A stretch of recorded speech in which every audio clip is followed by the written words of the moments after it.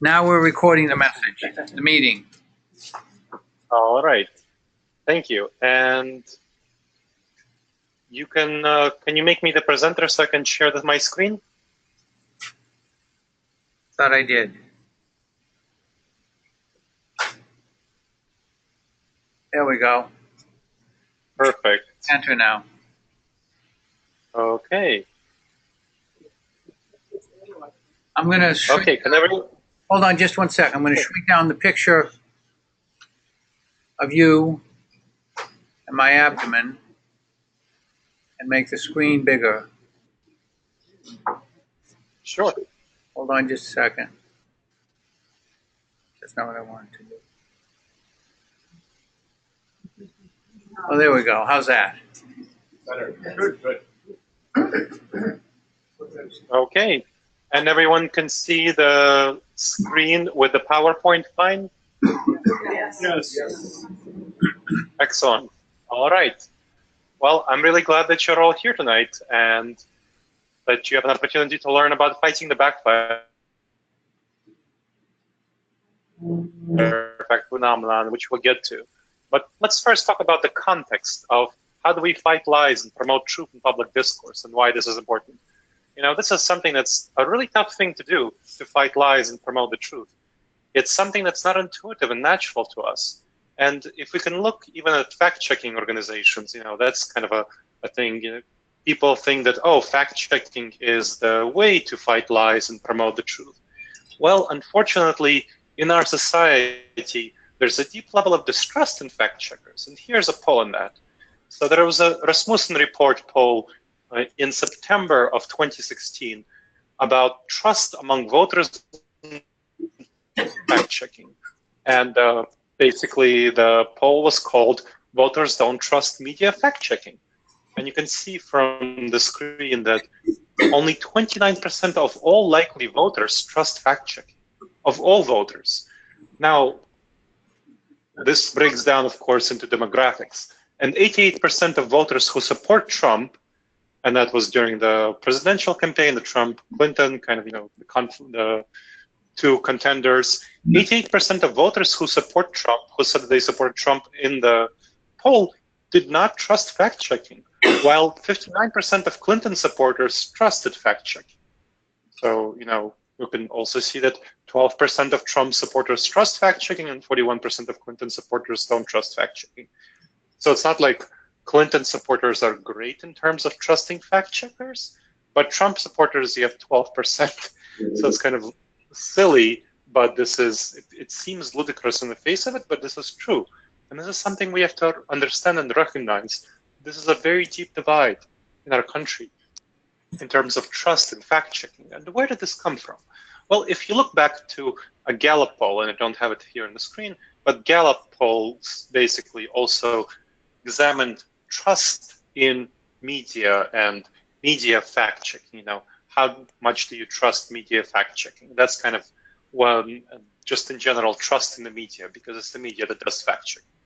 So trust in media was relatively steady among Republicans from 2004 to 2015.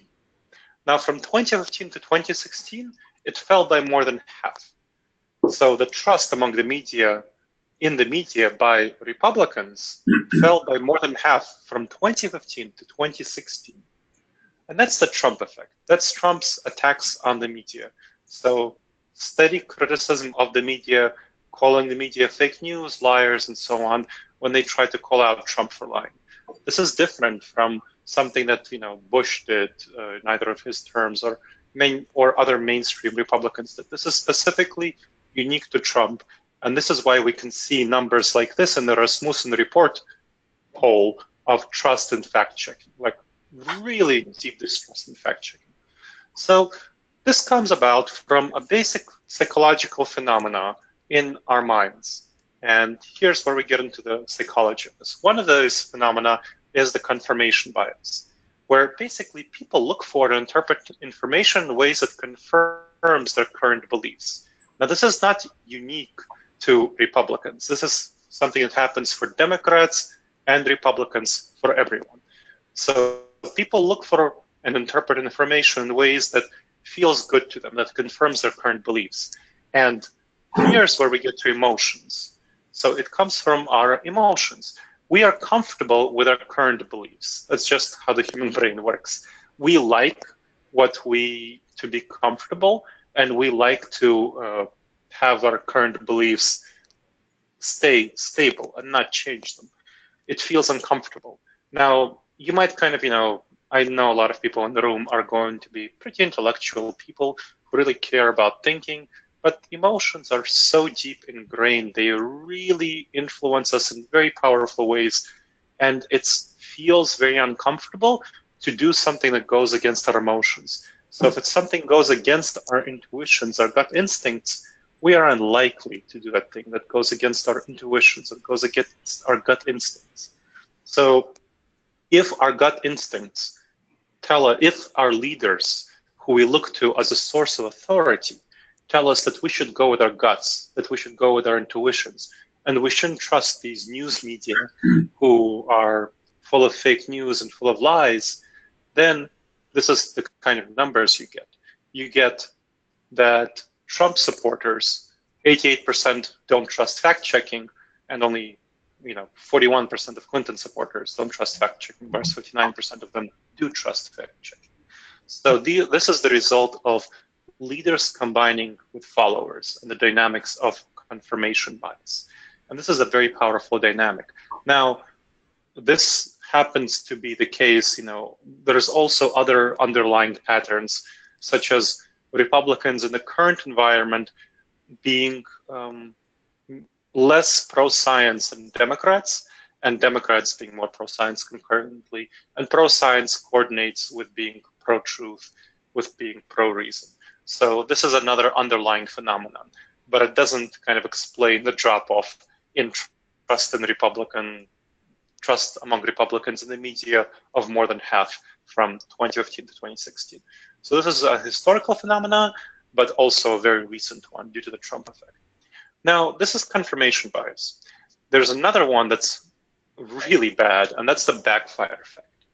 So this is a psychological phenomenon, the title of this talk, where people not simply reject the facts that contradict their beliefs, but also hold stronger to reassuring lies. And so here we're getting into the climate science denial. And there have been really interesting studies on this topic. So people who are climate change deniers have been asked, to what extent do you not believe that human beings caused climate change, insignificant climate change? Let's say on a scale of 1 to 10, what is the strength of your belief that human beings didn't cause any significant climate change in the last century, whatever? And they would say, let's say on a scale of 1 to 10, they would say something like a 6. That's fine. Then they're given clear scientific information, data that demonstrates very clearly and thoroughly that human beings have indeed caused significant climate change. And after they're given that evidence, then they're presented with the same questionnaire, and they're asked, well, what's your current belief that human beings didn't cause climate change? And you know what? The intuitive estimate that most people would have before doing the research on this would be to say that they decreased their belief, that they now think that human beings are more likely to have caused climate change. Maybe it dropped from a 6 to a 4 on average, or 6 to a 3. Well, it actually increases. It goes from 6 to an 8. So they hold a stronger belief that human beings didn't cause climate change after being presented with very clear, very accurate evidence, scientific evidence that they caused climate change. So this is the backfire effect, that people tend to hold on to reassuring lies after they're presented with facts that challenge them. And this is something that should be very challenging to us as skeptics. This is something that's super counterintuitive to me when I read the research. This is something that should be super counterintuitive to all of you. When you look at research as good skeptics, you go like, yes, okay, this research contradicts my beliefs, then I should go with the research because that's what the science says, and scientists know better than I do because I'm not an expert at this. And even if it seems counterintuitive to me, then I should update my beliefs. For example, I initially supported waiting periods for gun laws as something that seemed reasonably to decrease deaths. But when I saw research showing that waiting periods for gun laws actually don't decrease deaths, I was like, okay, that's fine. Then there's no reason to have waiting periods for gun laws, for gun purchase, because they actually don't decrease deaths. Okay, it's counterintuitive, but that's what the research suggests. So I'm going to update my beliefs based on the research, something that didn't make sense to me, but okay, somehow that's what happens when you actually put something to the test. And that's the only way to actually evaluate something. Put it to the test, do some research on it, and see what happens. And unfortunately, most people aren't skeptics. There's a reason there's a smaller gathering of you here in the room than there is in a megachurch down the street. Most people aren't skeptics. And so the backfire effect is something that skeptics may not be as prone to, but we tend to forget that other people are very prone to the backfire effect. So when we have discussions with people who are not very skeptical, we tend to lead with facts, with evidence, with arguments, and that just doesn't work. It just doesn't work. People hold more strongly to their reassuring lies. Why?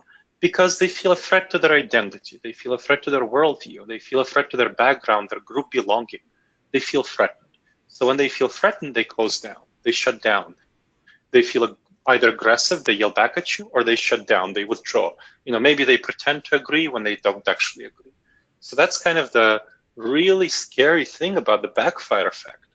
And this is why you get such numbers of lack of trust in fact-checking and people who feel threatened by the actual news and they don't agree with this news, so they disagree with it. Now, there are a number of other really particular phenomena with the backfire effect. So research shows that what people tend to remember is that when you have articles such as 5 myths about climate change, this is the kind of articles that they tested, or 5 myths about some kind of mythical thing, a silly thing. What people tend to remember, so the statement starts with a myth. This is a myth about climate change, that or a myth about creationism, let's say, that there are no transitional fossils in the fossil record. And this is a myth. There are plenty of transitional fossils. And so when you start with the myth and then you give the thing that disproves the myth, people tend to remember the myth. They don't tend to remember the thing that disproves the myth. Why? We're not sure yet. But that's the case that, and their memory, it doesn't stick in their memory that the myth was disproved. So if they read an article like this initially, they would say, oh, okay, yes, this myth is disproved, that's fine. Then when you test them about 3 months later, they don't remember the disproval, they just remember the myth. It's silly. I mean, it seems silly on the face of it that this is what happens, but this is what happens. Somehow human psychology is wired that way, for people to really remember myths that are comfortable to them, as opposed to remember the disproval of the myths.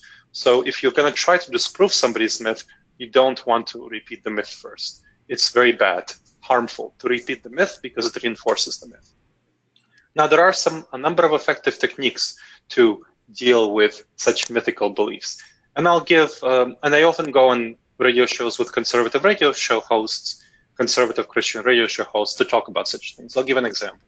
So I went on a radio show with Scott Sloan, who's a conservative Christian radio show host. He debated, he's known in the secular community, skeptic community, because he debated with the really prominent skeptic Aaron Ra, and who has something like 150,000 followers on YouTube. So he's a really prominent guy. He debated about the Kentucky Ark exhibit, which was supposed to be like the biblical Ark.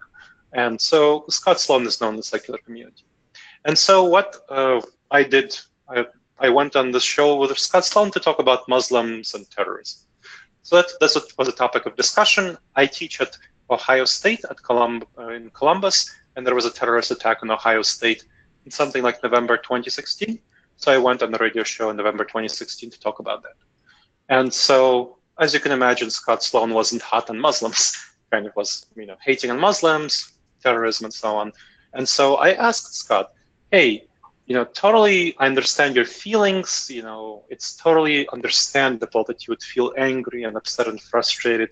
I understand that. That's totally understandable. So I validated his feelings.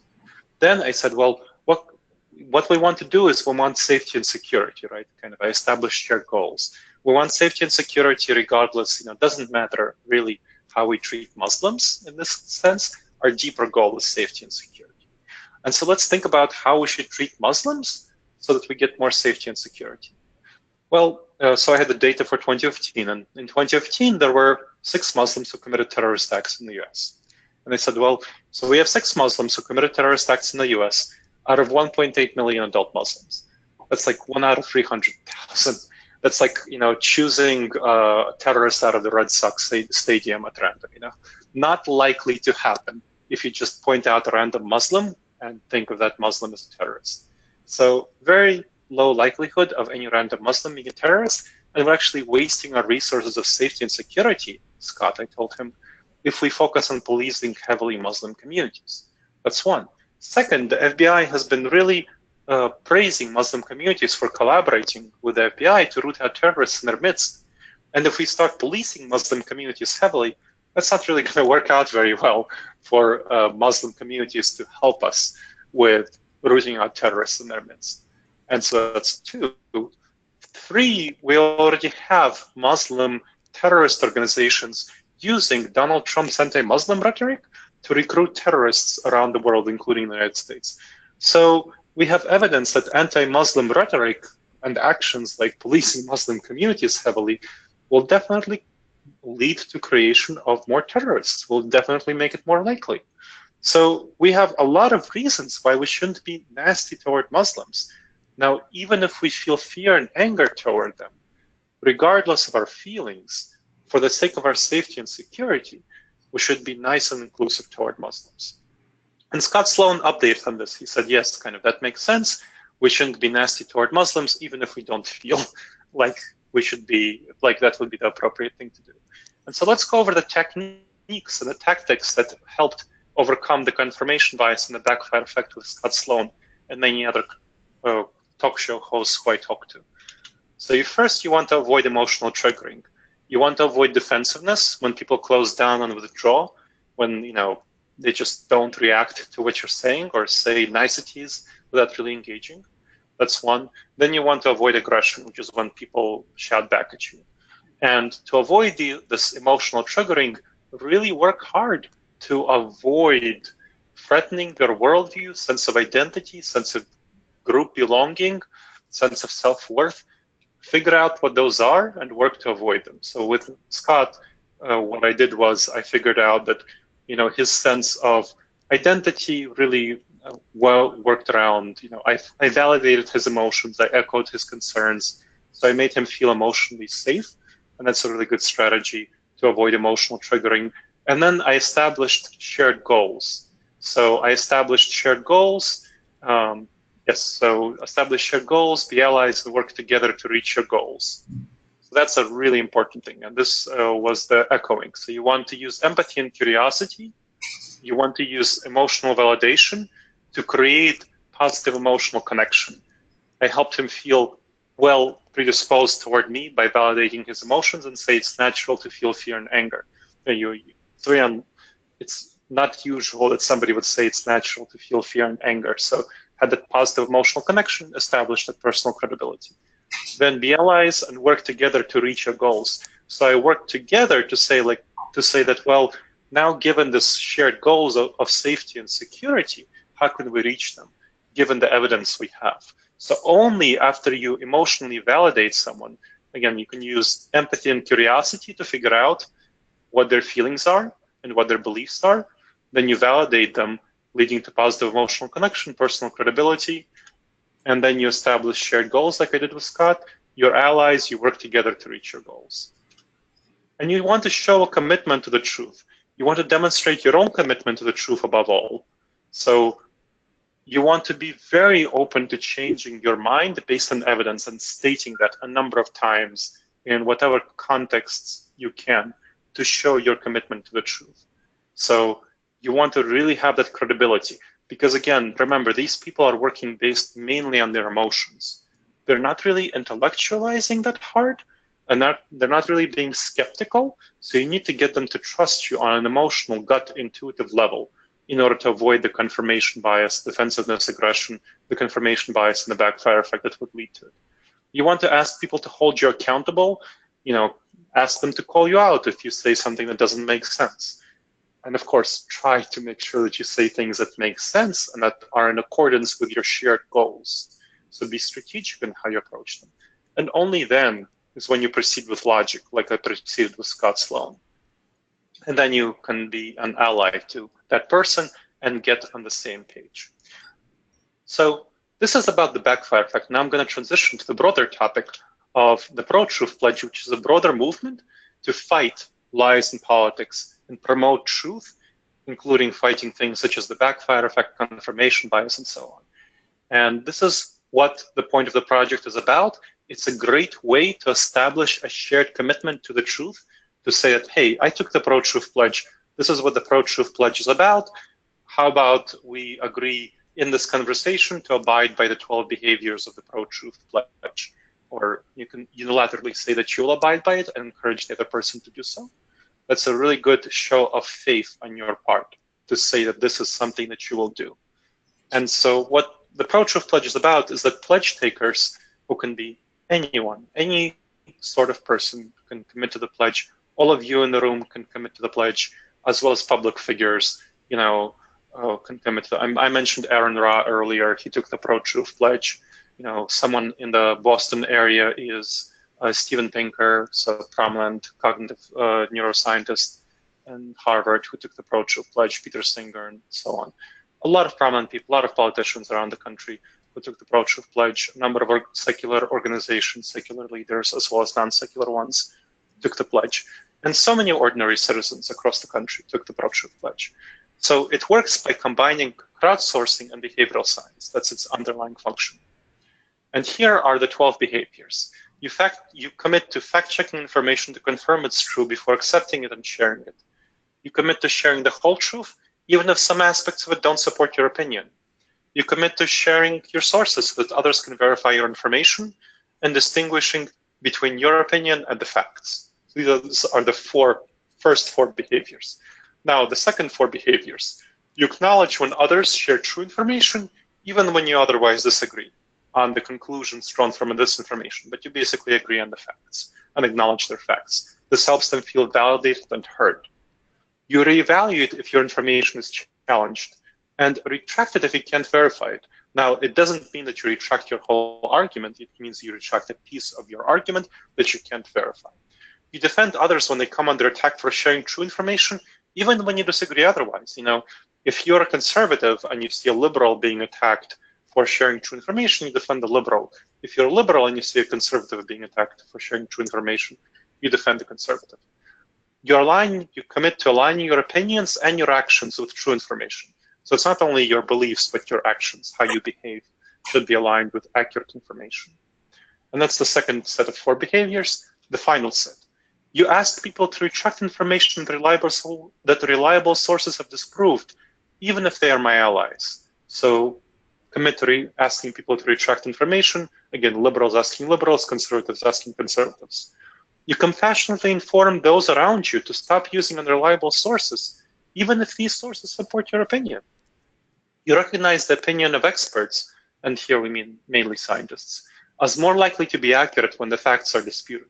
As the example I gave about the gun waiting period, it seemed counterintuitive to me, but okay, scientists who actually study the subject and have done studies know better than I do, so sure, I'll be happy to update my beliefs toward them.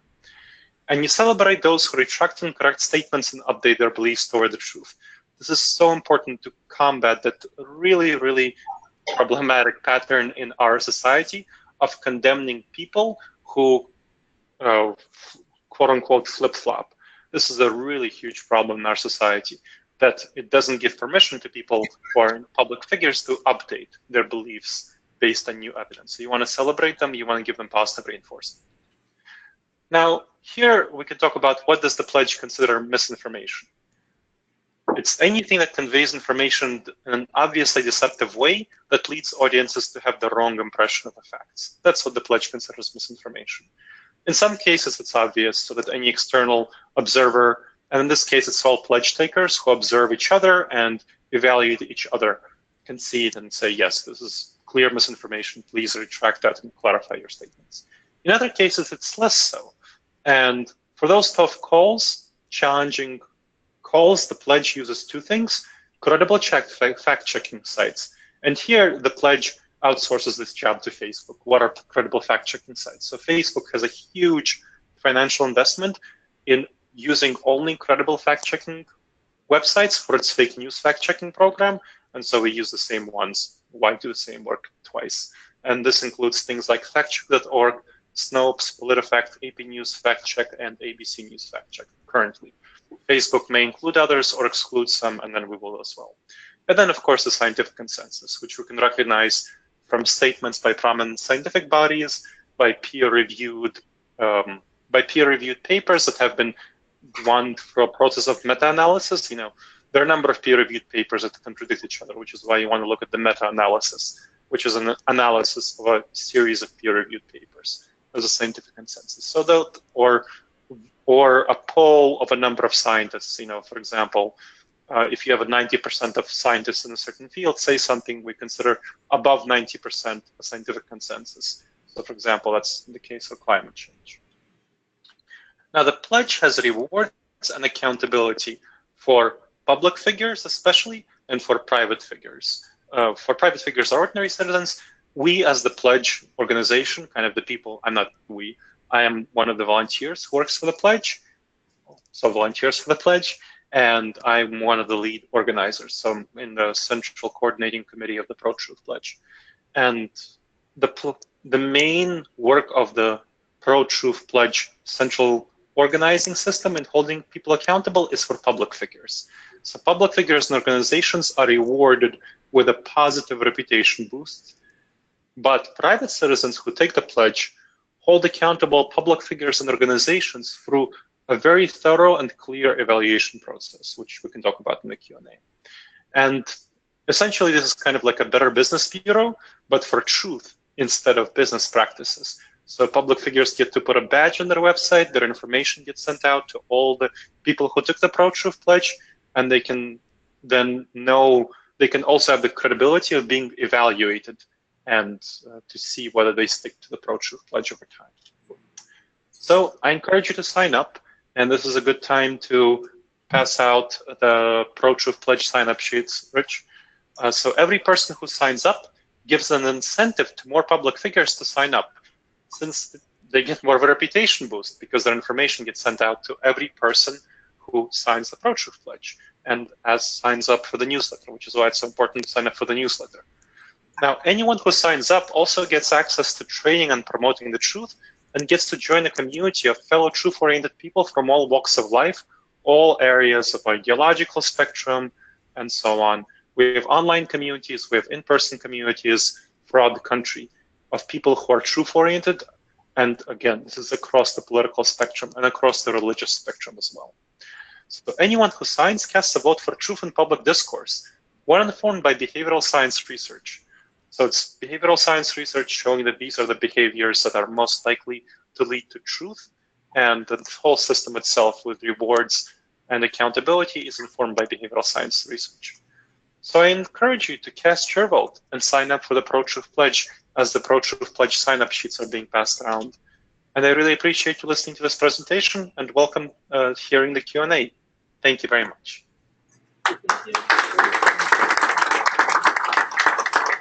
I'm going to change the screen so we can see you rather than the slide.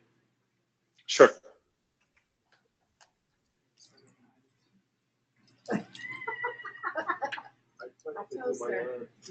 Are there any questions at all? All right. One simple question. I signed up last night on your site, and I noticed your book is coming out, Alternatives to Alternative Facts, sometime in 2018. Is there any closer? Yes. Any what? Any closer date than next year? No closer dates. So right now, talking to a number of publishers about the prospect, and so there's no more specific date than that. Okay. But for all people who signed the ProTruth pledge, we'll send it out in a newsletter once it's out so that people know. Great. Liz. We actually, for people who sign the ProTruth Pledge, if you want to email me at my email, which is down there, it's gleb@intentionalinsights.org. We're creating a reading club right now for my book, and so you can just read the digital if you're comfortable reading digital, and discuss it as we're going through the reading club. So that's being put together right now. So if you're interested in being in the reading club for the book, which is going to happen via Facebook as the main organizing mechanism, just send me an email right now to gleb, G-L-E-B, @intentionalinsights.org, and I'll get you involved in the club. Liz, you had a question? Yes. So do you have a way of measuring the diversity of views of people that are participating in this project? Sure. The views are very diverse. You can see their immediate diversity by going to the public figures page and seeing who signed up. We have Republican and Democratic political candidates. We have, secular people, like, let's say Aaron Ra. He's a very prominent person in the secular community, and he's known as being at the extreme edge of anti-theism. Pretty anti-theist. Hard to get more anti-theist than Aaron Ra. Then on the other edge, we have an Episcopal bishop, Pierre Whelan, who is a prominent Episcopal bishop in Europe. So, in France. You don't get kind of more religious than that. So it really spans all aspects, and we have other Christian ministers who signed up as well. So it kind of really spans all aspects of the cultural and ideological divide. We have a number of quite well-known conservative radio show host commentators who signed up, as well as liberal ones. It's really quite diverse. Now, it naturally, in the current political environment, tends to attract people who are more liberal. And of course, regardless of the political environment, it would have attracted people who are more reason-oriented. So we make a particular effort when somebody signs up in a race, in a political race, let's say a candidate signs up in a race, we would make sure, and that they're far from always Democrats, but they tend to be more Democratic candidates sign up than Republican. So we would go to the other candidates in the race to make sure they have a fair shot at signing up before the candidate would criticize the other candidates for not signing the ProTruth Pledge. Yes. What metrics have you put in place to actually measure the effectiveness of the pledge? Excellent question. So we're actually, right now that we have a number of people who signed the ProTruth Pledge, we are starting to run a study where we are evaluating the impact of the ProTruth Pledge on people's engagement in social media. So that's kind of a doable study at this early stage. Later, and that's a longitudinal study, which would provide certainly some evidence, but ideally what we want to do later onward when we have more time and resources is to do a control group study with a group of people who want to take the pledge and who don't, and then a group of people who do take the pledge, who want to take the pledge and who do, and then see what the effect is specifically of taking the ProTruth Pledge on them. I mean, right now, in the meantime, the only thing we have is anecdotal evidence. So, for example, there was a congressional candidate in Idaho who took the ProTruth Pledge. Then he posted on his wall a tweet made by Trump critical of minority and disabled kids in classrooms. That tweet wasn't on Donald Trump's feed. So kind of after contacting him and getting in touch with him about that, he edited his statement to say that, well, due to the ProTruth Pledge I've taken, I can't verify that this is an accurate tweet made by Donald Trump. Maybe Donald Trump deleted the tweet, or maybe it was photoshopped to look like Donald Trump's tweet. But the point is that he edited edited his statement on Facebook and withdrew it and clarified it. So we have a number of those sorts of stories. And on the website itself, on protruthpledge.org, there is the fifth FAQ, which describes a number of impact stories where people describe how the ProTruth Pledge impacted them and impacted their engagement in social media with others and so on, including one Christian pastor who describes, Lorenzo Neal, who describes his experience with the ProTruth Pledge. But those, again, that's helpful anecdotal evidence, but we want to have studies, and the more people who sign the ProTruth Pledge and the more time passes, the more resources, financial and volunteer resources we have, the more we will be able to gather evidence about the impact of the ProTruth Pledge. Go ahead. So thank you for that information. I have a follow-on question. Reputational reinforcement, I have the sense that a mechanism like reputational reinforcement is a relatively weak means for trying to affect the change that you're seeking. Are there other more proactive things that can be done that would, for example, affect, where there's evidence that there's a direct effect on neurotransmitter levels and the like, that would actually affect the way people believe and change their positions, rather than just chasing people from a reputational perspective? Yeah, so from a reputational perspective, it's not simply reputational. One is reputational, that's public impact. The other is what I mentioned about the network effects, where people who join the ProTruth Pledge join a community of people. And we have, they join a community of truth seekers, fellow truth seekers who are committed to the truth across ideological spectrums, across cultural divides, socioeconomic divides, and so on. Now, we have quite a bit of research showing that very powerful nature of network effects that doesn't happen simply at the reputational level. So, for example, we have information that when people change their behaviors, and then people who are close to them also are quite likely to change their behaviors. For example, if you stop smoking, your spouse is about 67% likely to stop smoking as well. If your friend, someone you call your friend or a close coworker stops smoking, you're something like 30-ish% likely to stop smoking. And that's not simply reputation. That's not about reputation. You're not trying to gain reputation in your eyes of your spouse or your coworker. It's these subtle everyday effects and how you perceive your group identity and what that does to your brain and your perceptions and your everyday activities. Basically, we as humans are tribal beings and we try to emulate each other. So the more we can get people involved in ProTruth Pledge community, groups, activities, and so on, the more likely they are to change their behaviors. Any other questions, Gleb? Yes. I have a question in general. You're looking to get people to use reason rather than their emotions to solve problems.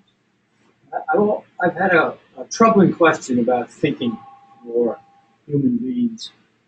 By thinking, you don't just mean you have a thought in your head. Thoughts come and go, sensations bring them. By thinking, you mean being in charge of your thoughts, being able to control your thoughts. So I have a simple question. How can you think of something that you are not already thinking about? Well, things that you can do is prompt your thoughts by reading something about it, and shifting and influencing your thoughts by having other people engaging with other people around it. So these are ways that you can prompt yourself, and these are the sorts of, so there's been research on, for example, truth-telling behaviors and what makes people more likely to tell the truth. If you give people a reminder of truth-telling behavior before they take an exam, if you give students, let's say, to sign an honor code before they take an exam, they are more likely to avoid dishonesty on the exam, avoid various forms of cheating on the exam. Now, that's how the human brain works. You prompt it, you remind it, and then we follow these prompts and reminders. This is called priming effects and framing effects. So this is one of the benefits about the ProTruth Pledge, is that since you take it and you get emails about it, you get reminders about it, you participate in communities around it, it prompts you to orient toward behaviors to follow that pledge. So basically the short version of the answer is you put yourself in a situation and with a group of people who you want to be like, and the way you want to behave. Like you're putting yourself right now in a group of fellow skeptics. That indicates that you will behave in ways that are like the people around you. And so that's a choice you make. Actually, my wife told me I had to go because she was found me too annoying. watching you dance or something. I appreciate your answer. I'm a radical behaviorist, so I accept the fact that it's the input that you get that's creating it, but I don't see it as thinking itself. Yes. How would you say that taking the pledge yourself has affected you? And in other words, have there been things that you believed that you have had to change through this process? Yeah, it has quite impacted my behavior on social media. My posts are much more neutral, and I take much more time to fact check them before I share them. Or I also, one of the things we ask people to do is when they share a post on Facebook to say something like, P.S. I took the ProTruth Pledge. I think this article is credible.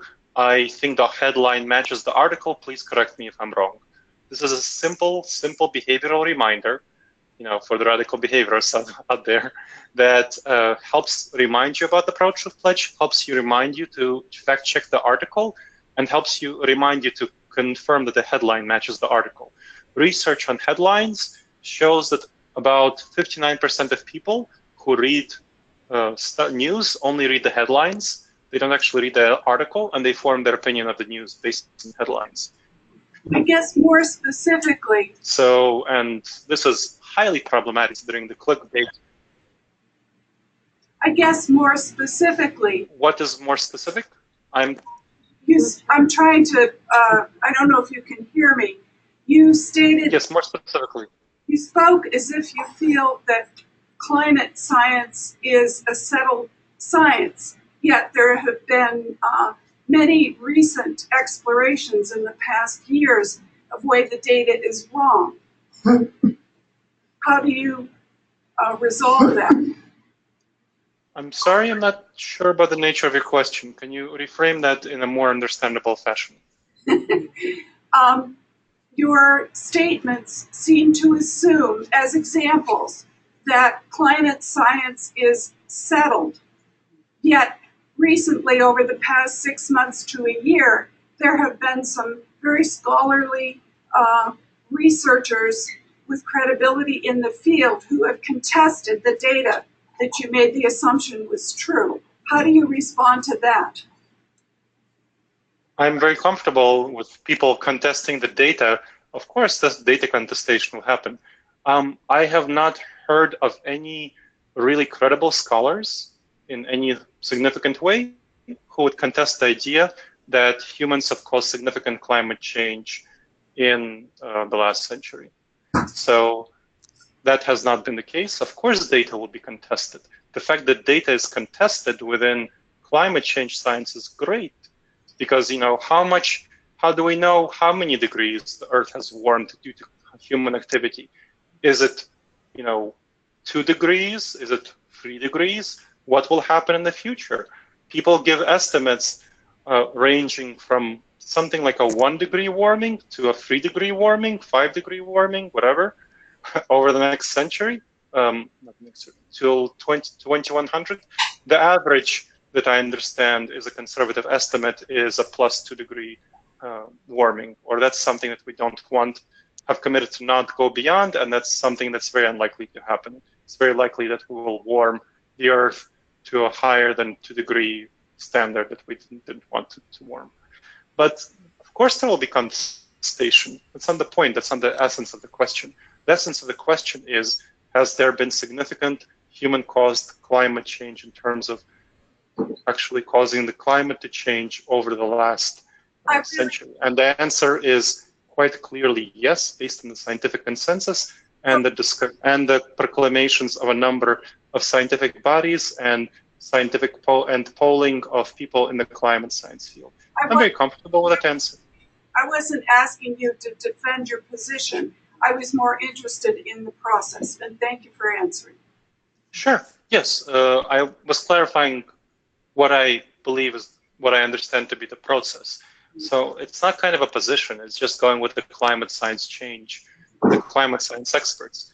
If the consensus on climate change shifts, I'll be happy to update my beliefs. I'm not tied to this position in any sort of strongly emotional way. I'm just observing what's happening there. In the same way that I gave the example of research on gun safety. I'm not tied to that. It was a counterintuitive thing, and I had to, do a double take to change my beliefs. But that's fine. I'm happy to update my beliefs if the science shows that my previous beliefs were wrong. Thank you. One last question. Yeah, I was wondering, can you give us a breakdown of the public officials, federal and state, who have signed your pledge and how you have reached out to them? Sure. Let's see. That will be easiest to do by going here. I'm going to make your screen, your computer screen bigger. Sure. So this is the people who have signed it, and a number of them are public officials. So, this is a client. This is a candidate. Obviously, she gives the information, and this is another candidate. This is, let's see. The font is way too small. Yeah. So this summer. We can read some of the names, but not anything below that. Okay, let's see. I will find an easy name.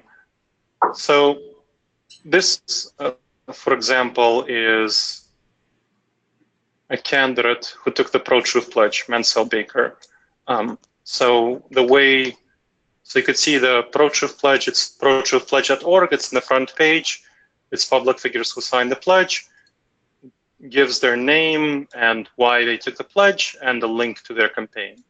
So this is where you can see the kind of people who signed the pledge. Now, they don't always give a link to their website, so you can kind of Google them and see who they are. And after you see why they took the pledge, and they're all public figures. We have, as I mentioned, we have a number of Republicans. So because that's a question that people ask, I know that. So this is Jay Baumeister, who's a Republican running for Congress in Ohio's District 12. I don't know how a number of these people find out about the pledge. I know how he did. We went tabling to a political activist sort of event. People for the ProTruth Pledge went tabling, and they met him there, and he found out about it, and he was like, yes, this sounds like something I would like to do. Let me take the ProTruth Pledge. So that's how he found out about it. Let's see if I can find another person from Iowa. I can't. But there was another person from Iowa who I know personally, who I know found out about the pledge from one of his constituents emailed him. And this was, again, a Republican constituent who emailed him. Another thing that happens is that when a candidate invites you, me, or somebody else to like their page on Facebook, an easy thing to do is say, hey, have you taken the ProTruth Pledge yet? And then we have templates to send to candidates. There are people who are volunteers for the ProTruth Pledge whose job it is to essentially go through the ProTruth Pledge through candidates and email them, email their own candidates, email politicians, email other public figures who took the ProTruth Pledge. And others just find out because it's in the news, because the ProTruth Pledge is in the news, they hear podcasts and so on. Their constituents tell them about it. Every one of you can right now go home and send an email or phone call to each of your constituents, to each of your representatives from the local level all the way up to the president, asking them to take the ProTruth Pledge. And we have had a number of politicians who specifically took the ProTruth Pledge because their constituents reached out and asked them to do so. So that's how it happens. That's the way it works. It works by word of mouth, by outreach, as any sort of activity happens, any sort of political informed initiative happens. How much growth, or what kind of curve do you have in terms of this pledge impact? Or how many? Right now I know that we have had over 100 public figures take it, and I think something like 1,800 people altogether. We've been focusing more on internal infrastructure recently, So we have groups set up in something like, I want to say 20 states, statewide groups. And so that's kind of been our focus. And so we haven't been doing as much public outreach recently, just working on infrastructure growth. But I think soon we will do a little bit more shifting to public outreach. So basically the growth of the pledge just depends on the amount where we choose to devote our efforts. Do we devote our efforts to outreach? And here I'm doing this presentation. This is a form of outreach, of course. Or do we devote our efforts to internal infrastructure growth? For example, the reading club that we've set up, it took a while to set that up, to figure out how it works, and to figure out that sort of efforts that would involve. So that takes efforts that would otherwise go to external outreach, which would result in more signups. So the short version of the answer is it depends on how much energy you put into that, and the more energy any person puts into it, the more it will grow. I want to thank you so much. I will send you these forms and the link to the recording. Wonderful. Thank you so much. I really appreciate you coming. Good night. Good night.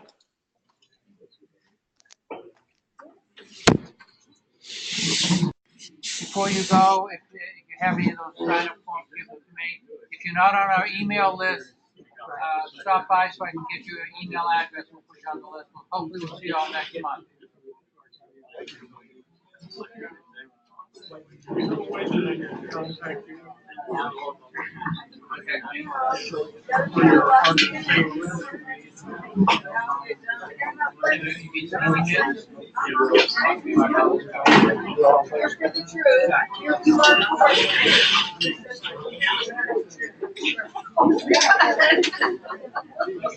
Stop by the office.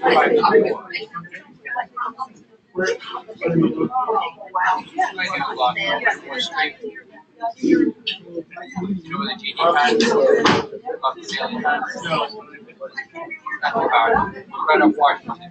See you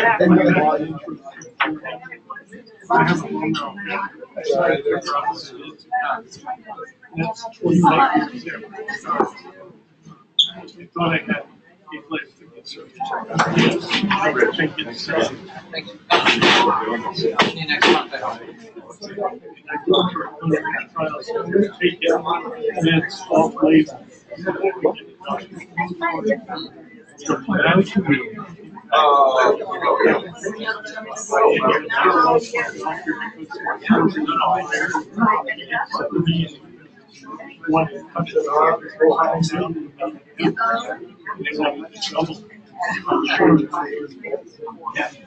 I don't see why.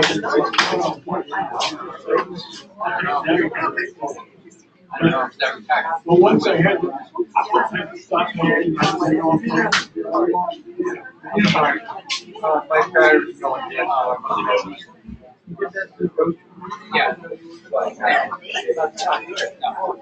Better audio quality. Some breakup here still, but much better than Skype. Yes. when it all works off your eyes, Yeah, it's web-based. Yeah, glad you came. We'll see you next month.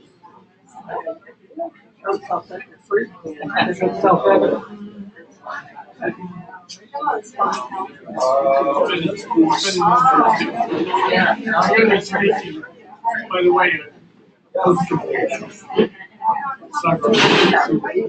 is that one? Cyrus, that's why I'm going to. Oh,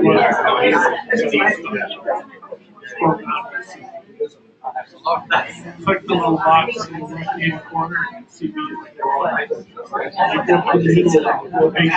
Yeah. Panel at the top, see the we're coming back from the great scans.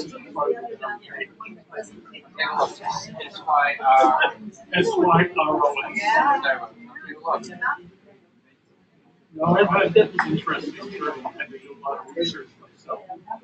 There are some things that I just new technologies to cure cancer and tumor base that the FDA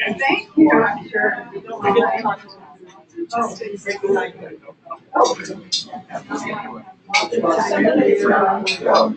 you came. Hi, that was good fun. Thank you. Glad you came. See you next time. Oh,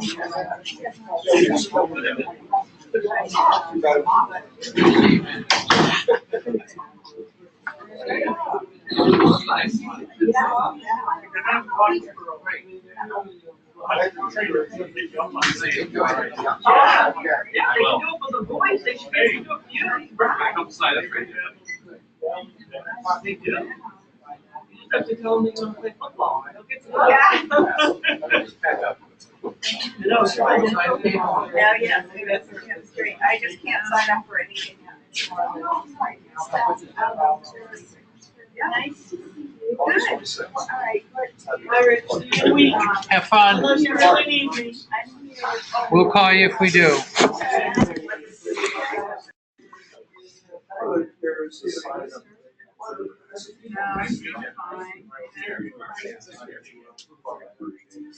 No, that wouldn't be anyway.